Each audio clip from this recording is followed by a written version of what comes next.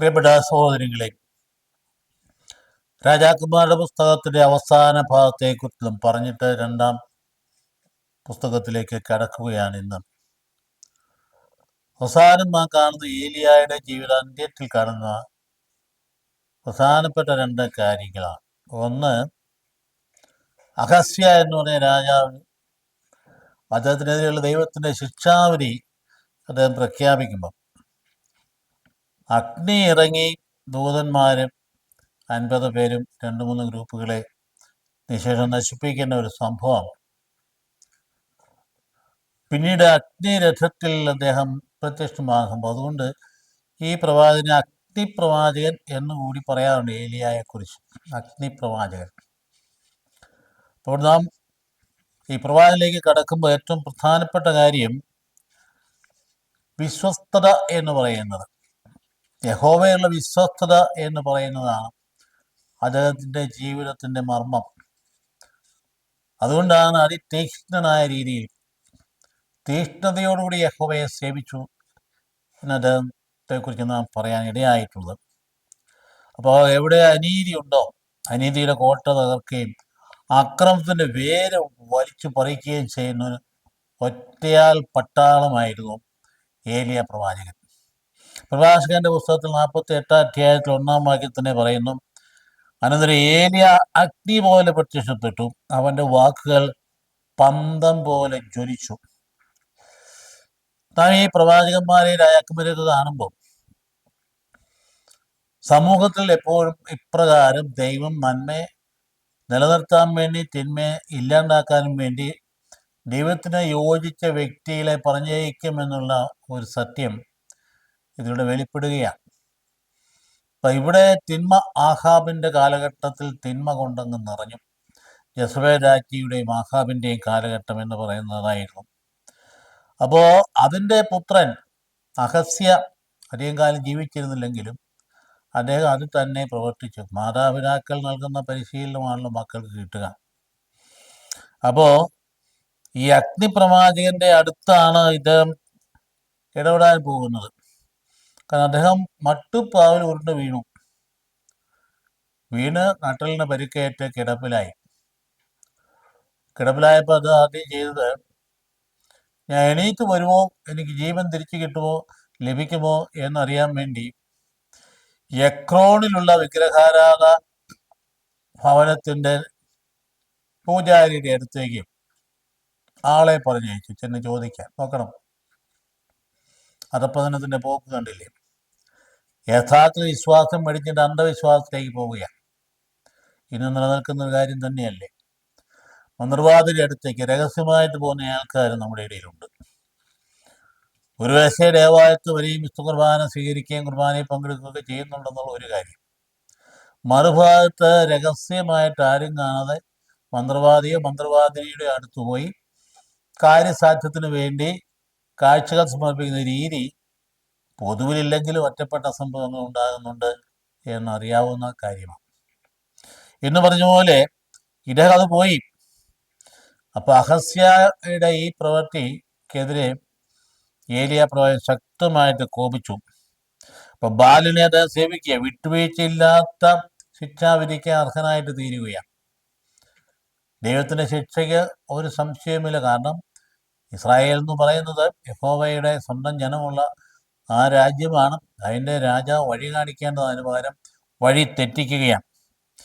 അപ്പോൾ അതുകൊണ്ട് തന്നെ അദ്ദേഹത്തിന്റെ ഇളക്കം തട്ടി മോവാബ്യരുടെ കലാപം ഉണ്ടാകുന്നു, വീണ് പരിക്കേക്കുന്നു. അത് കഴിഞ്ഞ് നമുക്കറിയാം, അദ്ദേഹം 2 വർഷം കഴിഞ്ഞ് മരിച്ചു. പിന്നീട് അദ്ദേഹത്തിന്റെ യോറാം എന്ന് പറയുന്ന തുടർന്ന് യോറാം രാജാവായിട്ട് തീരുന്നു. അപ്പോൾ എക്രോണിലേക്ക്, ആ ഒരു ക്ഷേത്രത്തിലേക്ക് ദൂതന്മാരെ പറഞ്ഞയച്ചു വിവരം അറിയാൻ വേണ്ടിയിട്ട്. അപ്പോൾ അവിടെ അവരാരാധിക്കുന്ന ആരാണ്? ബാലിനെ, ബേൽസബൂബിനെ.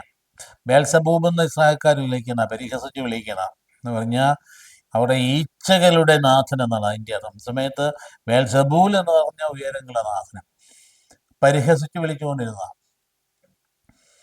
ഇപ്പം പൊതുജനത്തിന് പോലും അറിയാം ഇത് ഒരു വിധത്തിൽ പറഞ്ഞ വഴി തെറ്റിയ ആരാധനയാണ്, ആ വഴിക്ക് പോകുന്നത് നല്ലതല്ല. നന്മയുണ്ടാവില്ല. വരുന്നയാളുടെ അഭീഷ്ടമനുസരിച്ച് മറുപടി പറയുകയുള്ളൂ. അപ്പോൾ കാനാൻകാരും സിറിയാക്കാരുമൊക്കെ ജീവന്റെ നാഥനായി ആരാധിച്ചിരുന്നത് ഈ ബാൽ ദേവനെയാണ്. അപ്പോൾ ശിക്ഷാവധി ഏലിയ ശക്തമായ രീതിയിൽ മുഴക്കി. 1 രാജാവിൻ്റെ 1-ാം അധ്യായം 1-8 വാക്യങ്ങളിൽ രോഗശീൽ നീ എഴുന്നേൽക്കുകയില്ല, നീ മരിക്കുമെന്ന് വളരെ ശക്തമായ രീതിയിൽ ഈ പ്രവാചകൻ നമുക്കറിയാം രോമക്കുപ്പായവും തുകൽപ്പട്ടയും അണിഞ്ഞ് നടന്നിരുന്നയാളാണ്. അവിടെ സ്നാപയോഹന്നാൻ വന്നപ്പോൾ ആളുകൾ പറയാനിടയായത് ഏലിയ തിരിച്ചു വന്നെന്ന് പറയാനിടയായത് ഇതുകൊണ്ടാണ്, അദ്ദേഹത്തിൻ്റെ വേഷം. അപ്പോൾ അദ്ദേഹം പറഞ്ഞു, നീ രോഗക്കിടങ്ങിൽ നിന്ന് എണീക്കില്ല, നീ നിശ്ചയമായിട്ട് മരിക്കും. അപ്പോൾ 3 പ്രാവശ്യം അദ്ദേഹം വിട്ട ആളിനെ, അതായത് ഈ ദൂത് നൽകിയത് ആരാണ്? ഏലിയയാണ്. അതുകൊണ്ട് ഒരു ദൂതനെയും 50 സൈന്യാധിപനും വരെ പറഞ്ഞയക്കുന്നുണ്ട് ആദ്യമായി. അവർ പറഞ്ഞു ദൈവപുരുഷ മലയിൽ നിന്ന് ഇറങ്ങി വരിക, പക്ഷേ ഇദ്ദേഹത്തെ പിടിച്ചു കെട്ടിക്കൊണ്ട് പോകാനാണ് ചെന്നിരിക്കുന്നത്. അപ്പോൾ എന്നാ സംഭവിക്കുന്നത്? എന്താ ഇവിടെ പറയുന്നത്? ഈ 50 സൈന്യങ്ങളും അല്ലെങ്കിൽ യുവാക്കന്മാരും അവിടെ അഗ്നിയിൽ കത്തി ചാരമായിട്ട് പോയി എന്നാണ്. അപ്പം ഇങ്ങനെയുള്ള സംഭവങ്ങൾ നടക്കുമ്പോൾ അതിൻ്റെ വിവരണത്തിൽ നിന്ന് നാം മനസ്സിലാക്കേണ്ടത് അന്നത്തെ പ്രത്യേകിച്ചുള്ള ഒരു ഭാഷാ രീതികൾക്കുണ്ട്. ആ ഭാഷാ രീതികൾക്കുള്ള ഒരു അവതരണമാണ് സംഭവിച്ചെന്തായാലും ശരി. ആ 50 പേരും ഏതെങ്കിലും കാരണത്താൽ തകർന്ന് തരിപ്പണമായി മരിച്ചു പോകാനിടയായി എന്ന സത്യത്തെയാണ് വിശുദ്ധഗ്രന്ഥകാരൻ ആവിഷ്കരിക്കുന്നത്. അപ്പോൾ അതുകൊണ്ട് എന്ത് ചെയ്തു? രാജാവ് നേരിട്ട് രാജസന്നിധിയിൽ തന്നെ പ്രവാചകൻ അങ്ങ് ചെല്ലുകയാണ്.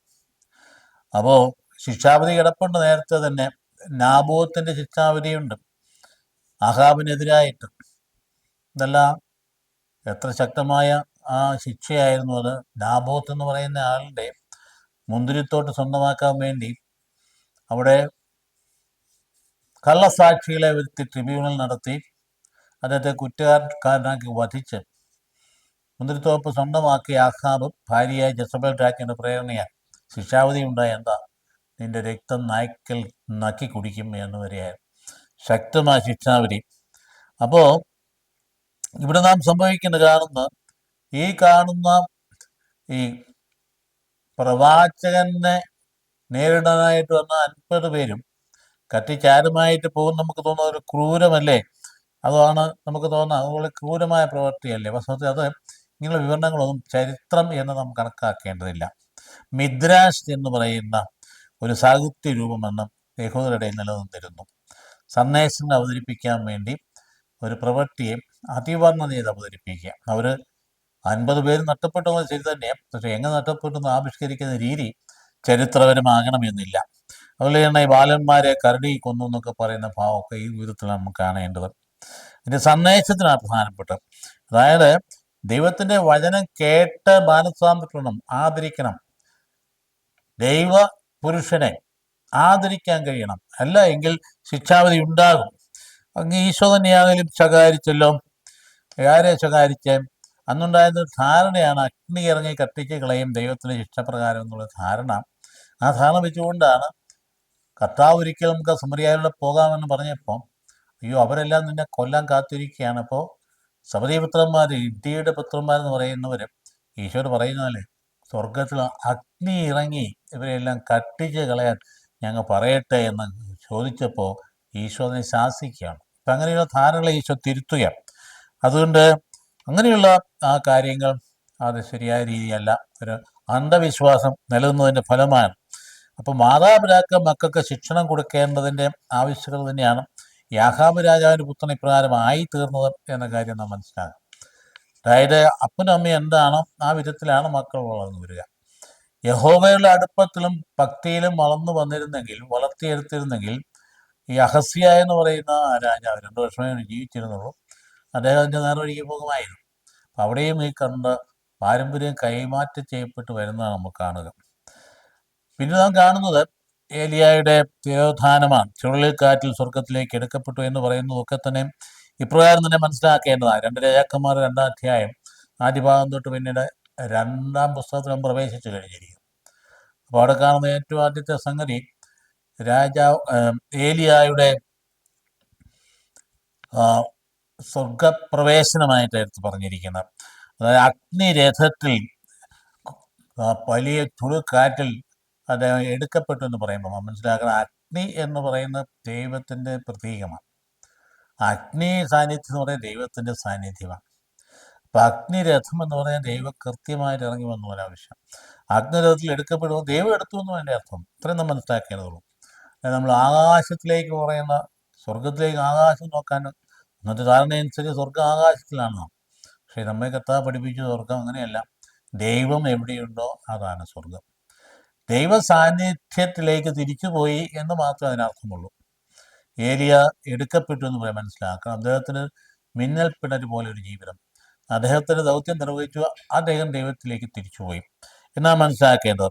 അപ്പം അതുകൊണ്ട് അതിൻ്റെ രീതിയിൽ അവതരിപ്പിച്ചിരിക്കുന്ന ഭംഗിയാണ് 1-ാം അധ്യായത്തിൽ. അതായത് തൻ്റെ അനുഗാമിയാകേണ്ട എലീശ പ്രവാചക ഗണം എന്ന നിലവിലുണ്ട്. ഏലിയായ്ക്കും ഗണങ്ങൾ കാണാം. അതുകൊണ്ടായിരിക്കും 2-3 സ്ഥലത്ത് പോയി അവരുടെ യാത്ര പറഞ്ഞു പോകുന്ന രീതിയിലായി വിവരിക്കുന്നത്. യാത്രയൊന്നും പറയുന്നില്ലെങ്കിലും അതേസമയത്ത് തൻ്റെ അരുമശിഷ്യനായ എലീഷായെ വിശ്വാസം ടെസ്റ്റ് ചെയ്യുന്ന സംഭവമാണ് നടക്കുന്നത് പിന്നീട്. അപ്പം അതുകൊണ്ട് ഒരിക്കൽ ഈ പ്രവാചകൻ പറഞ്ഞു, ഞാൻ ഗിൽഗാലിലേക്ക് പോവുകയാണ്, നീ ഇവിടെ നിൽക്കാൻ പറയും, എൻ്റെ കൂടെ വരണ്ട. അദ്ദേഹം അല്ല, എൻ്റെ ഗുരുവാണ്, ഞാൻ തീർച്ചയായിട്ടും അവിടുന്ന് എവിടെ പോകുന്നു ഞാൻ അവിടെ വരും എന്ന് പറഞ്ഞാൽ അദ്ദേഹം കൂടെ പോയി ഗിൽഗാലിലേക്ക്. ഗിൽഗാലിൽ ചെന്നാൽ അദ്ദേഹം പറഞ്ഞു, ദൈവാത്മാവിനോട് പറഞ്ഞു, ഞാൻ ബേഥേലിലേക്ക് പോകണം, നീ ഇവിടെ നിന്നോ എന്ന് പറഞ്ഞു. അദ്ദേഹം പറഞ്ഞു, ഞാൻ നിൽക്കില്ല, എൻ്റെ ഗുരു എങ്ങോട്ട് പോകുന്നു അവിടെ ഞാനും കാണും, ഞാൻ വരികയാണെന്ന്. അങ്ങനെ ബേഥേലിൽ ചെന്ന് കഴിഞ്ഞപ്പോൾ അദ്ദേഹം പറഞ്ഞു, എൻ്റെ ആത്മാവ് പറയുന്നു നീ യോർദാനിലേക്ക് പോകാൻ, നീ ഇവിടെ നിൽക്കാം. ഇങ്ങനെ 3 പ്രാവശ്യവും അദ്ദേഹത്തെ ടെസ്റ്റ് ചെയ്തു. 3 പ്രാവശ്യവും അദ്ദേഹം ടെസ്റ്റ് വിജയിച്ചു കഴിഞ്ഞിട്ട് അദ്ദേഹം യോർദാൻ തൻ്റെ മേലങ്കി എടുത്ത് വെള്ളത്തിലടിച്ച് യോർദാൻ 2 ആക്കി മാറ്റിയിട്ട് ഇടയിൽ കരയിലൂടെ അക്കരെ കിടന്നു. പണ്ട് ഇസ്രായേൽ ജനം വന്നപ്പോൾ മോശ പടി നീട്ടിയപ്പോൾ ചെങ്കൽ 2ആയിട്ട് വിഭജിക്കപ്പെട്ട പോലെ തന്നെ ഈ യോർദാൻ വിഭജിക്കപ്പെട്ട ഏലിയ അപ്പുറത്ത് കിടന്നു. അവൻ ചോദിച്ചു, ഇദ്ദേഹത്തോട് തന്നെ ഏലിയ ചോദിച്ചു, നിനക്ക് ഇനി എന്താണ് വേണ്ടത്, നീ എന്നെ അനുഗമിക്കുന്നുണ്ടല്ലോ. അപ്പോൾ അദ്ദേഹം ആവശ്യപ്പെട്ടത് എന്തെങ്കിലും തരത്തിൽ പദവികളല്ല, സ്ഥാനങ്ങളുമല്ല, എന്തെങ്കിലും ഭൗതികമായിട്ട് നന്മകളുമല്ല. അതാവശ്യപ്പെട്ടത് അങ്ങയുടെ ശക്തിയുടെ ഇരട്ടി പങ്ക് എനിക്ക് വേണം. കട്ടിയായി പോയില്ല നമുക്ക് തോന്നാം. ഇരട്ടി പങ്കെന്ന് പറഞ്ഞാൽ അതിൻ്റെ അർത്ഥം ആദ്യജാതന്മാരുടെ അവകാശമാണ്. ഇരട്ടി പങ്ക് എനിക്ക് വേണം. എന്നെ മറുപടി പറഞ്ഞു, നീ ചോദിക്കുന്നത് ഇച്ചിരി ദുഷ്കരമായ കാര്യമാണ്. പക്ഷെ ഒരു കാര്യം, ഞാൻ എടുക്കപ്പെടുന്നത് നിനക്ക് കാണുകയാണ്, നീ കാണുകയാണെങ്കിൽ നിനക്ക് ലഭിക്കുമെന്ന് പറയും. അത് 3ാമത്തെ ടെസ്റ്റായിരുന്നു. എന്ന് പറഞ്ഞാൽ ഏകാഗ്രതയോടുകൂടി ഗുരുവിനെ ശരിയായ രീതിയിൽ സേവിക്കുന്നുണ്ടോ എന്നതിൻ്റെ പരീക്ഷണമായിരുന്നു ഇത്. അപ്പോൾ എങ്ങോട്ട് പോയാലും ഞാൻ നിൻ്റെ കൂടെ ഉണ്ട് എന്ന് പറഞ്ഞയാൾ ആ സമയം കൃത്യമായിട്ട് നോക്കി തന്നെ നിന്നു. അപ്പോൾ ഏലിയായുടെ സമയമായി കഴിഞ്ഞപ്പം അവിടെ ചെന്ന പ്രവാചകന്മാരെല്ലാം പറയുന്നു, നിനക്കറിയാമോ ഗുരു എടുക്കപ്പെടാൻ പോവുകയാണ്. അവർക്കെല്ലാം അറിയാമായി. പിന്നെ പറഞ്ഞു, അറിയാം, പക്ഷെ നിശബ്ദരായിരിക്കാം. എന്ന് പറഞ്ഞാൽ യാത്രയയപ്പം വേണ്ടിയില്ല, ആഘോഷം ബഹളം വയ്ക്കാനല്ല, നിശബ്ദരായിരിക്കാനാണ് അങ്ങോട്ട് എലീഷ പറയും. 3 പ്രാവശ്യം അങ്ങനെ തന്നെ പറയും. അപ്പോൾ അങ്ങനെ നിൽക്കുന്ന അവസരത്തിലാണ് ഇരട്ടി പങ്ക് ചോദിക്കുക. ആ ഇരട്ടി പങ്ക് കിട്ടത്തക്ക രീതിയിൽ അദ്ദേഹം കൃത്യമായിട്ട് അനുധാവനം ചെയ്തു. അദ്ദേഹം എടുക്കപ്പെടുന്ന സമയമായപ്പോൾ ആ അങ്കി അദ്ദേഹത്തിന് പുറപ്പെട്ടു വന്ന് എലീഷായുടെ ദേഹത്ത് വീണു. അതിൻ്റെ അർത്ഥം എന്താ? അതൊരു അടയാളമാണ്. അദ്ദേഹം തൻ്റെ ശിഷ്യനായിട്ട് അംഗീകരിച്ചിരിക്കുന്നു. അതുകൊണ്ട് ഏലിയായുടെ പ്രവാചക ശക്തി മുഴുവൻ കൈമാറിയിരിക്കുന്നു. അതുകൊണ്ട് വ്യഗ്രതയില്ലാതെ അവസാനം വരെ നിനക്ക് ഉന്മേഷത്തോടെ ജോലി ചെയ്യാൻ സാധിക്കട്ടെ. അപ്പോൾ ഒരു കാവ്യാത്മക രീതി, ഇതൊക്കെ വായിക്കുമ്പോൾ നമ്മൾ ഓർക്കണം, ഇതൊക്കെ ആർട്ടിഫിഷ്യലാണല്ലോ നമുക്ക് തോന്നും. അല്ല, അത് കാവ്യാത്മകമായ ഒരു രീതിയിൽ ആവിഷ്കരിച്ചിരിക്കുക. വായനക്കാർക്ക് മനസ്സിലാകുന്ന രീതി, അവർക്ക് മനസ്സിലാകുന്ന ചിന്തയാണ് അവിടെ കൊടുത്തിരിക്കുന്നത്. അപ്പോൾ നിനക്കതിന് സാധിക്കുമെന്നുണ്ടെങ്കിൽ ഈ അഗ്നിരഥത്തിൽ ചുഴലിക്കാറ്റിൽ എടുക്കപ്പെടുന്നതും അത് കാണുകയാണ് എങ്കിൽ, അതുകൊണ്ട് വാസ്തവം പറഞ്ഞാൽ ചുഴലിക്കാറ്റെന്നൊക്കെ പറയുമ്പം ദൈവത്തിൻ്റെ പ്രതീകമാണ് കാറ്റ്. അത് നമുക്ക് വളരെ സങ്കീർത്തനങ്ങളൊക്കെ എടുത്ത് പറയുന്നുണ്ടല്ലോ. അതായത് അങ്ങ് വാനമേഘങ്ങളെ രഥമാക്കി കാറ്റിൻ്റെ ചിറകളിൽ സഞ്ചരിക്കുന്നുവെന്ന് 104 സങ്കീർത്തനത്തിൻ്റെ 3 വാക്യത്തിൽ പറയുന്നു.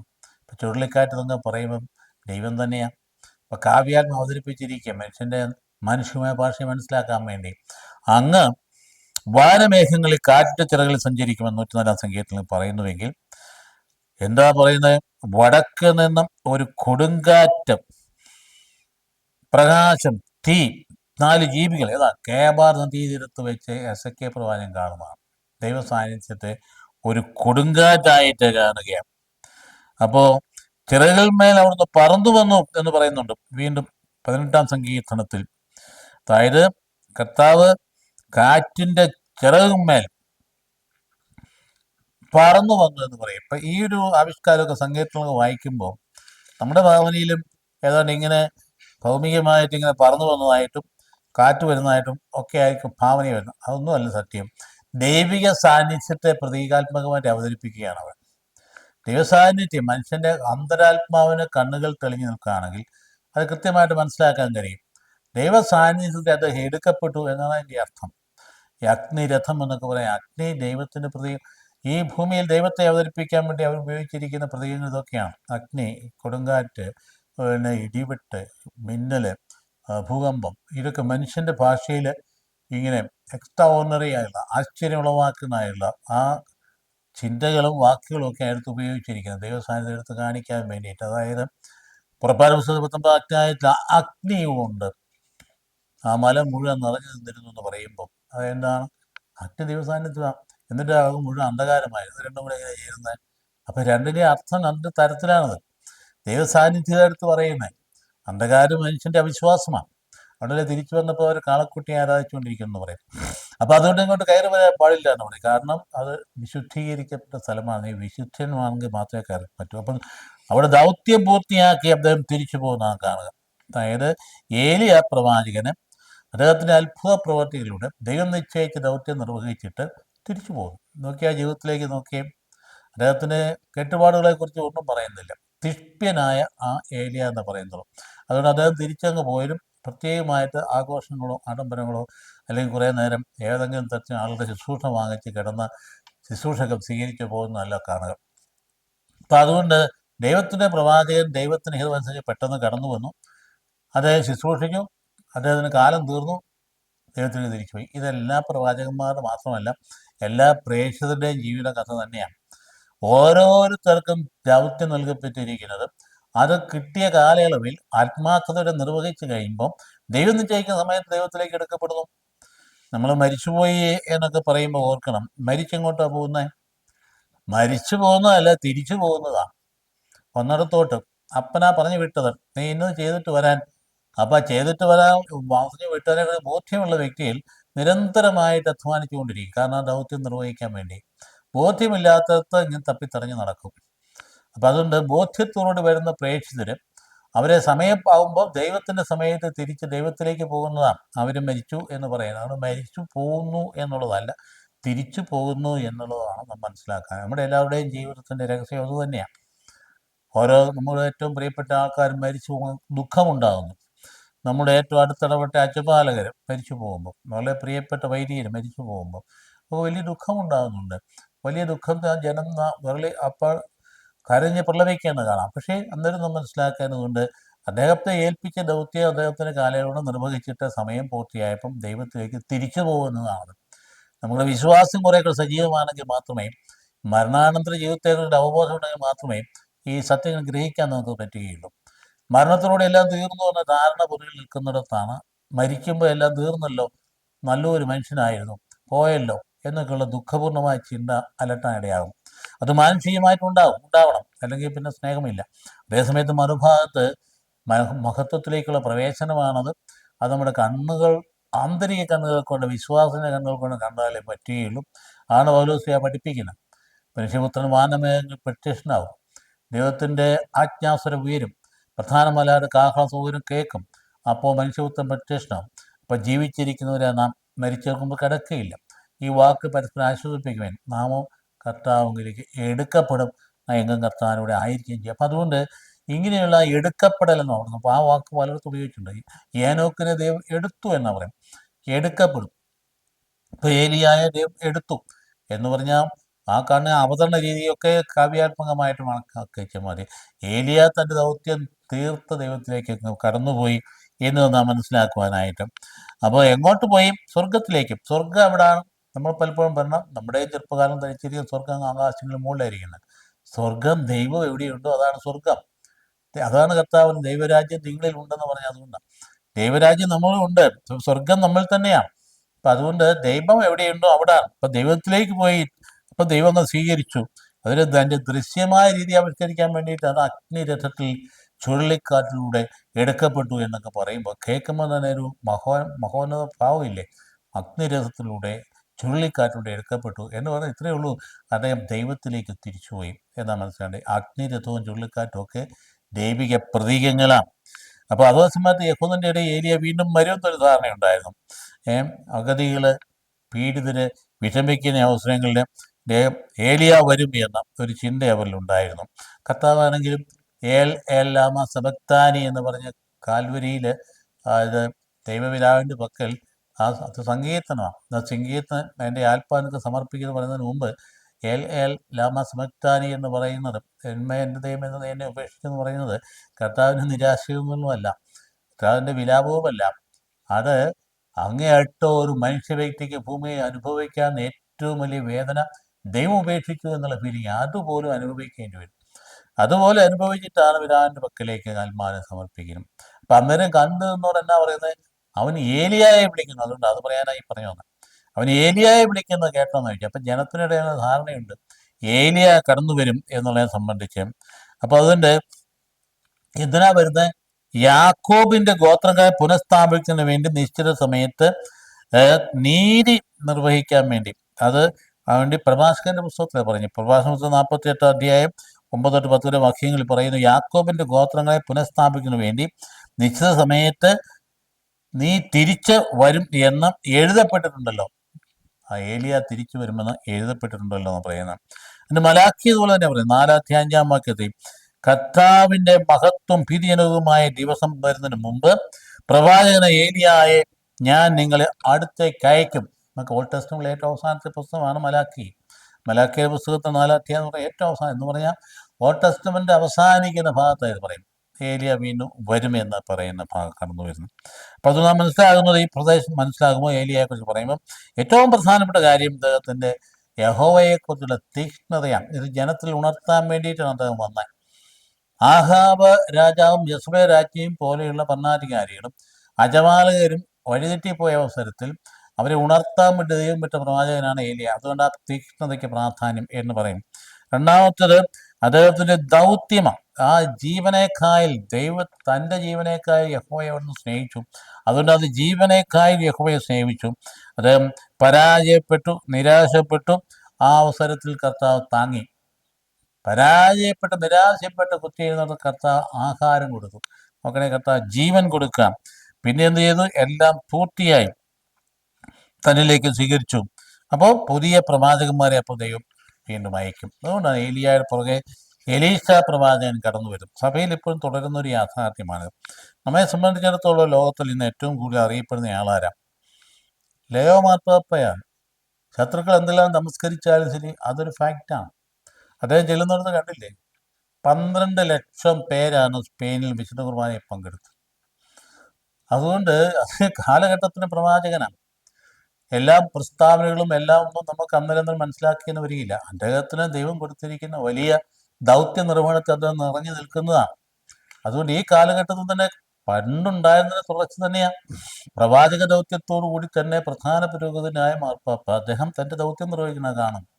പകട്ടിലെ ഓരോ രാജ്യങ്ങളും സന്ദർശിച്ചു പോകുന്നത്. എത്രയപ്പം രാജ്യങ്ങളിലായി ഈ ചെറിയ കാലയളവ് കൊണ്ട് തന്നെ ചെല്ലുന്നിടത്തൊക്കെ എന്തൊരു ജനക്കൂട്ടം ആലോചിച്ച് നോക്കി. 12 ലക്ഷം പേരൊക്കെ പാശ്ചാത്യ നാടുകൾ മുഴുവൻ വിശ്വാസം ക്ഷയിച്ചു, അവിടെല്ലാം പള്ളിയെല്ലാം പോയിട്ടാണെന്നൊക്കെ പറയുന്നവർക്ക് ഒരു മറുപടി കൂടിയാണ്. ഇവിടെ എന്താ സംഭവിച്ചത്? ദർശന എവല്യൂഷൻ, ഒരു പരിണാമക്രമം നടന്നുകൊണ്ടിരിപ്പുണ്ട്. അവിടെ കർത്താവിലെ വിശ്വാസം എങ്ങും പോകില്ല, അത് കൂടിക്കൂടി വരികയുള്ളൂ.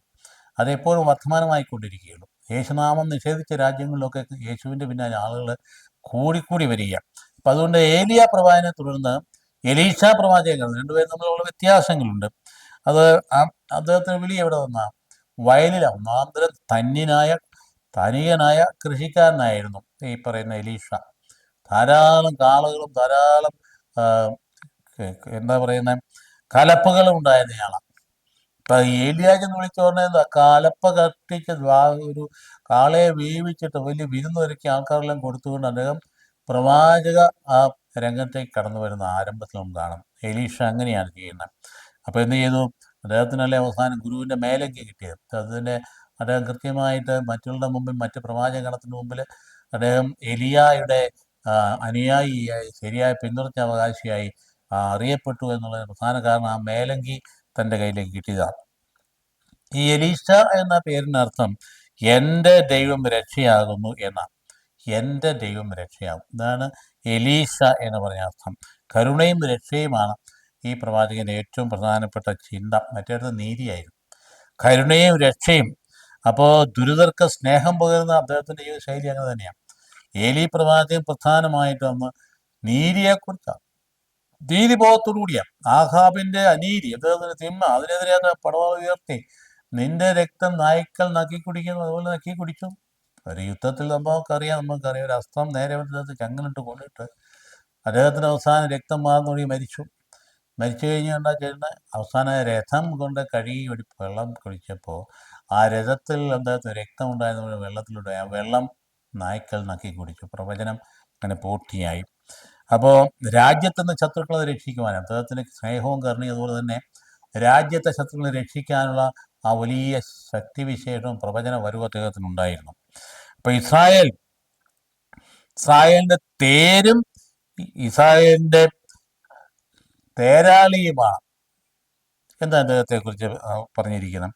യഹോവാഷ് രാജാവ് തന്നെ പറഞ്ഞ ഇസ്രായേലിൻ്റെ തേരും തേരാളിയുമാണ്. നോക്കണേ, അദ്ദേഹം കൊടുത്തിരിക്കുന്ന ഗുണവിശേഷമാണ് എലീഷ എന്ന് പറയുന്നയാൾ. അപ്പോൾ എലീഷയെക്കുറിച്ച് പറയുമ്പോൾ നാമാൻ്റെയൊക്കെ ചിത്രം നമ്മുടെ മനസ്സിൽ വരും. പെട്ടെന്ന് നമ്മൾ അതിൻ്റെ ആരംഭം മാത്രം നോക്കിയാൽ മതി. കരുണയും ശക്തിയും ഏറ്റവും പ്രധാനപ്പെട്ട. ഇവർ തമ്മിലുള്ള വ്യത്യാസം എന്താ? ഏലി പ്രവാചകൻ, ഏലിയ പ്രവാചകൻ തമ്മിൽ രണ്ട് പ്രവാചകന്മാരെ ഒരേ തരത്തിൽ യഹോവയ്ക്ക് സാക്ഷ്യം വഹിച്ചെങ്കിലും ശൈലിയിൽ വ്യത്യാസമുണ്ടായിരുന്നു. ഏലിയ കൊള്ളിയാമെന്നതുപോലെ വിഗ്രഹാരാധനയ്ക്കെതിരെ, അനീതിക്കെതിരെ കോപാഗ്നി അത് കത്തിച്ചൊലിച്ച് അതിതീക്ഷ്ണമായിട്ട് പ്രവർത്തിച്ച് കടന്നുപോയെങ്കിൽ എലീഷ ശാന്തന, അതുപോലെ ദീർഘശാന്തതയിലും സാധാരണ മനുഷ്യരോട് ഇടപെട്ട് കരുണ പ്രകടിപ്പിച്ച് ആ നീതിയും കരുണയും ഒരുപോലെ തന്നെ ജീവിതത്തിൽ ആവിഷ്കരിച്ചു കൊണ്ടുപോയ ആളാണ്. അപ്പോൾ ഏലിയ എന്ന് പറഞ്ഞാൽ ഒരു പേടി സ്വപ്നമായിരുന്നു ആൾക്കാർക്ക്, രാജാക്കന്മാർക്ക് ഒരു പേടി സ്വപ്നമായിരുന്നു. എന്നാൽ എലീഷ സ്വീകാര്യനായി. രാജാക്കന്മാർക്ക് പേടി സ്വപ്നമായിരുന്നു ഏലിയ എന്നൊക്കെ ഞെട്ടും ആഹാബ് രാജാവൊക്കെ. പക്ഷേ ഏലിയ കണ്ടപ്പോൾ ഒരിക്കൽ തന്നെ പെട്ടെന്ന് രാജാവ് ഞെട്ടി പറഞ്ഞു, നീ വന്നിരിക്കുകയാണോ എന്ന് ചോദിച്ചപ്പോൾ ഭയപ്പെട്ട സംഭവം നമുക്കറിയാം. ഇവിടെ എലീഷ അങ്ങനെയല്ല, രാജാക്കന്മാർക്കും സ്വീകാര്യനായിരുന്നു. അപ്പോൾ ഒറ്റയാൻപെട്ട ആളെന്ന നിലയിലാണ് ഏലിയ പ്രവർത്തിച്ചതെങ്കിൽ എലീഷ അങ്ങനെയായിരുന്നില്ല. എലീഷയ്ക്ക് പ്രവാചക സംഘം അതിൻ്റെ തലവനായിട്ട് പ്രവർത്തിച്ച ഒരു സംഘം അദ്ദേഹത്തിൻ്റെ കൂടെ ഉണ്ടായിരുന്നു. അപ്പോൾ അദ്ദേഹം വലിയ സിദ്ധിയുള്ള ഒരു വ്യക്തിയായിട്ടും മറ്റുള്ളവർക്ക് പ്രചോദനം നൽകുന്ന വ്യക്തിയായിരുന്നു. അപ്പോൾ വിശ്വാസം, ഉടമ്പടിയുള്ള പ്രതിബദ്ധത, യഹോവയുള്ള വിശ്വാസവും ഉടമ്പടിയുള്ള പ്രതിബദ്ധതയും അദ്ദേഹം കാത്തു സൂക്ഷിച്ചിരുന്നു എന്നുള്ളതാണ് പ്രത്യേകമായിട്ട് കാണാൻ പോകുന്നത്. അപ്പോൾ അദ്ദേഹം ആ കാലഘട്ടത്തിൽ പ്രവാചകന്മാരുടെ ജീവിതം എങ്ങനെയാണ്? ഭക്തരായ ആൾക്കാരുടെ സംഭാവന കൊണ്ടാണ് അവർ ഉപജീവനം നടത്തിയത്. ആ വിധത്തിൽ പ്രവാചക ഒരു പ്രത്യേക വിളിയായിരുന്നു. ആ വിളിക്കപ്പെടുന്ന അതിനകത്ത് വ്യാജ പ്രവാചകരൊക്കെ ഉണ്ടായിരുന്നു, നല്ല പ്രവാചകരുണ്ടായിരുന്നു. അപ്പോൾ അദ്ദേഹത്തെ ജനം സമീപിക്കും, ആ ജനത്തിന് ആവശ്യമായിട്ടുള്ള നന്മ ചെയ്യും. അപ്പോൾ അത്തരത്തിൽ അവർ പ്രവാചകന് ആവശ്യമായ അതിന് ജീവിതത്തിലെ വക കൊടുക്കുകയും ചെയ്യും. അപ്പോൾ ഉത്ഭവസ്ഥാനത്ത് വളരെ അരുളപ്പാടോടു കൂടിയാണ് ഇവർ കടന്നു വരും. നമ്മൾ ഈ പറയുന്ന പോലെ ചിലപ്പോൾ വ്യത്യസ്തങ്ങളായ പ്രവാചകരുണ്ട്. അവർ ഉന്മാദാവസ്ഥയിൽ വിളിച്ചു പറയും ദൈവത്തിൻ്റെ വചനം എന്ന നിലയിലൊക്കെ. ചില സാഹചര്യങ്ങളൊക്കെ ചിലർ അത് മാനുഷികമായ രീതി ദൈവാരൂപി ഇല്ലാതെ പറയുന്ന സാഹചര്യം ഉണ്ടായിട്ടുണ്ട്.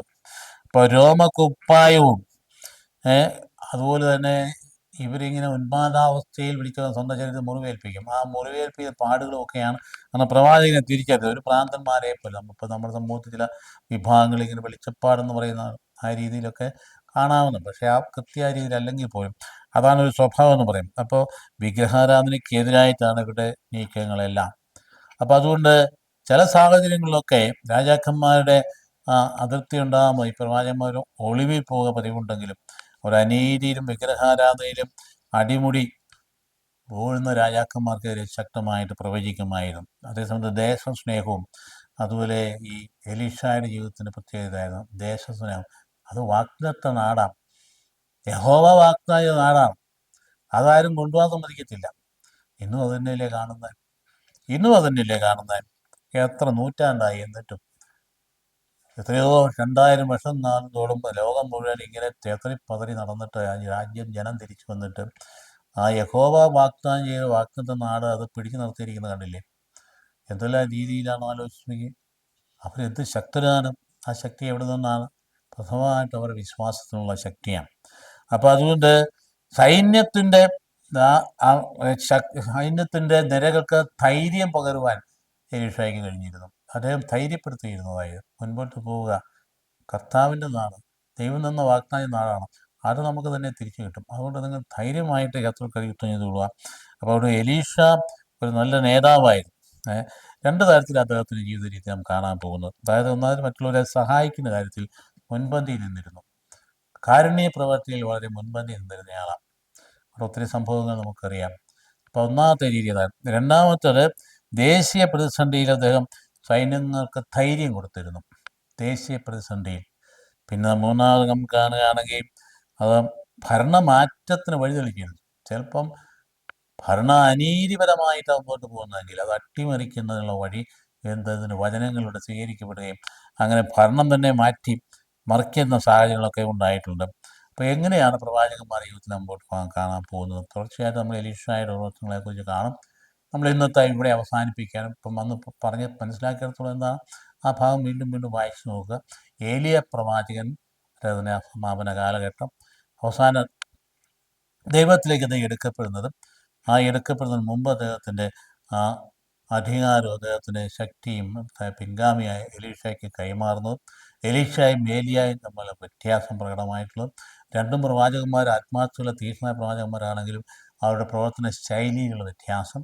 ഒരാൾ ഒറ്റാൻ പട്ടാളമായി ദൈവത്തിൻ്റെ ആ വലിയ സന്ദേശം വിഗ്രഹക്കെതിരായിട്ട് രാജാവിനും രാജ്ഞിക്കെതിരായിട്ട് പറയാനും അതിശക്തമായ ദൈവസാന്നിധ്യം എടുത്തു കാണിക്കാൻ കാർമൽ മലയിലെ ബലിയിലൂടെ വളരെ ക്ലിയറായിട്ട് എടുത്ത് കാണിക്കാൻ കടന്നു വരികയും അഗ്നിപ്രവാചകൻ എന്ന് വിളിക്കപ്പെടുന്ന രീതിയിൽ ദൈവസാന്നിധ്യം എടുത്ത് ആവിഷ്കരിക്കുകയും ചെയ്തിട്ട് അതുപോലെ ആ ദൈവത്തിലേക്ക് എടുക്കപ്പെടുന്നു. രണ്ടാമത്തെ ആളോ അദ്ദേഹം തന്നെ വിളിച്ചയാൾ നമ്മൾ ധനികനായ ഒരു കർഷകനും അതിൻ്റെ കലപ്പകളും ആ കാളുകളൊക്കെ ഉപേക്ഷിച്ച് ഒരു കലപ്പ കത്തിച്ച് ഒരു കാളെ വേവിച്ച് അവിടെ എല്ലാവർക്കും വേണ്ടി വിരുന്നൊരുക്കി ആഘോഷമായിട്ട് ഈ പറയുന്ന പദവിയിലേക്ക് പ്രവേശിക്കുന്ന എലീഷ എന്ന് പറയുന്നയാൾ. സാധാരണക്കാരുടെ ഇടയിലൂടെ ജീവിക്കുകയും സാധാരണക്കാർക്ക് വേണ്ട എല്ലാം നന്മകൾ ചെയ്യുകയും അതുപോലെ സൈന്യത്തിന് ശക്തി പകരുകയും ചെയ്തുകൊണ്ട് ദീർഘകാലം ഏറെക്കാലം ജീവിച്ച ഒരു പ്രവാചകൻ എലീഷ നാം പിന്നീട് അത് കാണുന്നതാണ്. ദൈവം അനുഗ്രഹിക്കട്ടെ. കർത്താവീശ്വരം കൃപയും പിതാവിന്റെ സ്നേഹവും പരിശുദ്ധാത്മാവിന്റെ സഹവാസവും ഉണ്ടായിരിക്കട്ടെ, എപ്പോഴും എന്നേക്കും. ആമേൻ.